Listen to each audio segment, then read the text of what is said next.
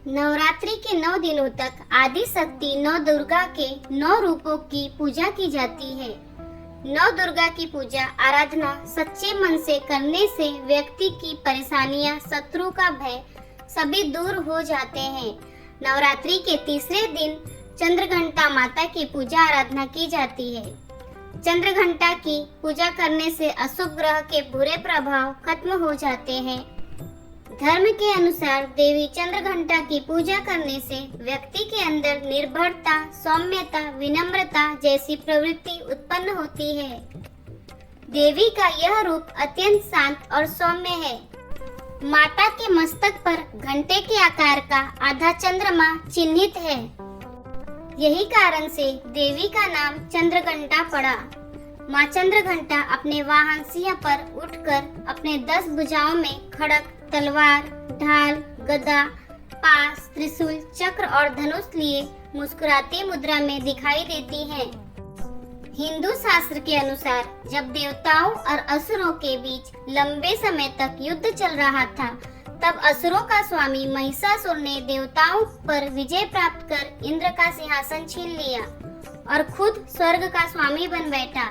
इसे देखकर सभी देवतागण काफी दुखी हुए। स्वर्ग से निकाले जाने के बाद सभी देवतागण इस समस्या से निकलने के लिए त्रिदेव ब्रह्मा, विष्णु और महेश के पास गए। वहां जाकर सभी देवताओं ने असुरों के किए गए अत्याचार और इंद्र, चंद्रमा, सूर्य, वायु और अन्य देवताओं के सभी छीने गए अधिकार के बारे में भगवान को बताया। देवताओं ने भगवान को बताया कि महिषासुर के अत्याचार के कारण स्वर्ग लोक तथा पृथ्वी पर अब विचरण करना असंभव हो गया है। तब यह सुनकर ब्रह्मा, विष्णु और भगवान शिव शंकर अत्यंत क्रोधित हो गए। उसी समय तीनों भगवान के मुख से एक ऊर्जा उत्पन्न हुई। देवतागणों के शरीर से निकली हुई ऊर्जा भी उस ऊर्जा से जाकर मिल गई।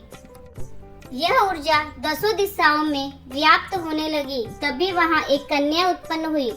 तब शंकर भगवान ने देवी को अपना त्रिशूल भेंट किया। भगवान विष्णु ने भी उनको चक्र प्रदान किया।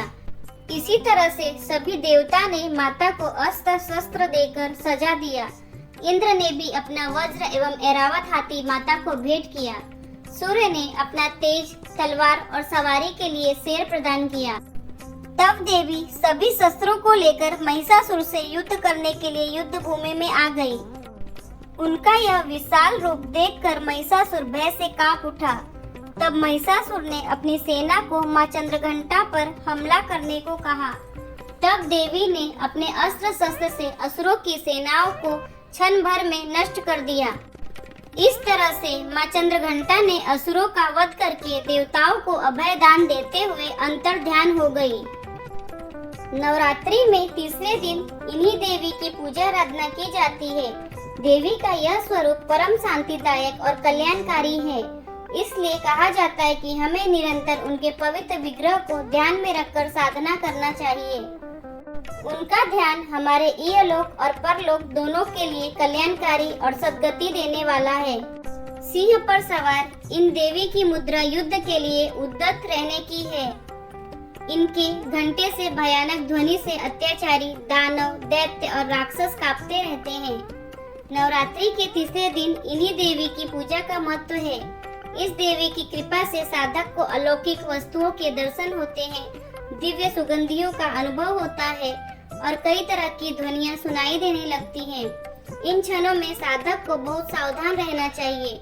इस देवी की आराधना से साधक में वीरता, निर्भयता के साथ ही सौम्यता और विनम्रता का विकास होता है। इसलिए हमें चाहिए कि मन, वचन और कर्म के साथ ही काया को विहित विधि विधान के अनुसार परिशुद्ध पवित्र करके चंद्रघंटा के शरणागत होकर उनकी उपासना, आराधना करना चाहिए। इससे सारे कष्टों से मुक्ति होकर सहज ही परम पद के अधिकारी बन सकते हैं। यह देवी कल्याणकारी है। जय मां अम्बे, हर हर महादेव।